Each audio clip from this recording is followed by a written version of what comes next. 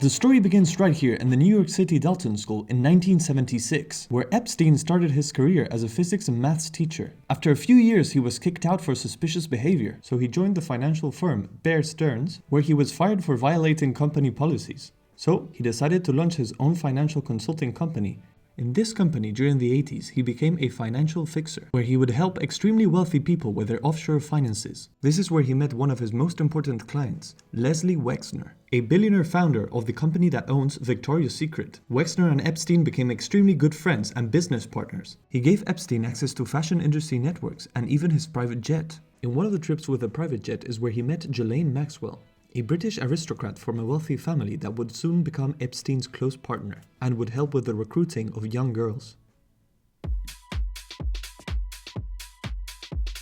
In the 90s is when Epstein's craziest parties were happening between New York City and Palm Beach, inviting well-known, influential and powerful people. But in 1996, the first official complaint to the police was made by Maria Farmer, but the New York Police Department completely ignored her. By this point, Jeffrey Epstein was filthy rich, but he wanted more. So, in the 2000s, Epstein started taking young girls with him in his private jet all around the USA. Then, Ghislaine would take these girls to rich individuals which offered huge amounts of money in exchange for massages. Thanks to this massage scheme, Epstein became extremely wealthy. But this was all about to change in March of 2005.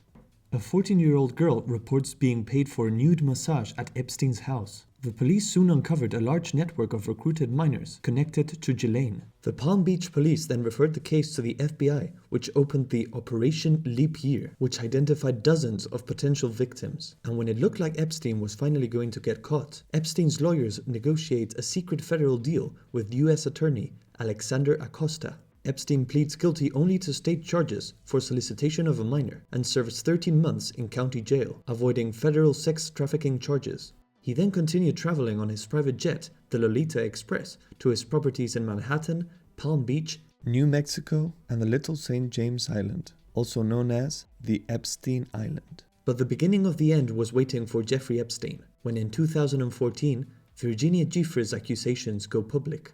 Someone that in April of 2025 was found dead by suicide in Western Australia.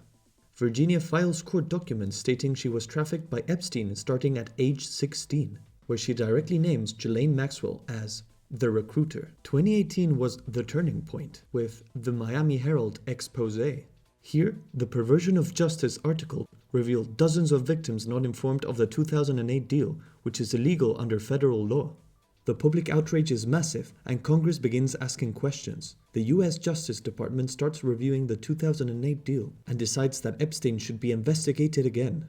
So, they bring on federal attorneys from the Southern District of New York, which are extremely experienced lawyers that represent the United States in court.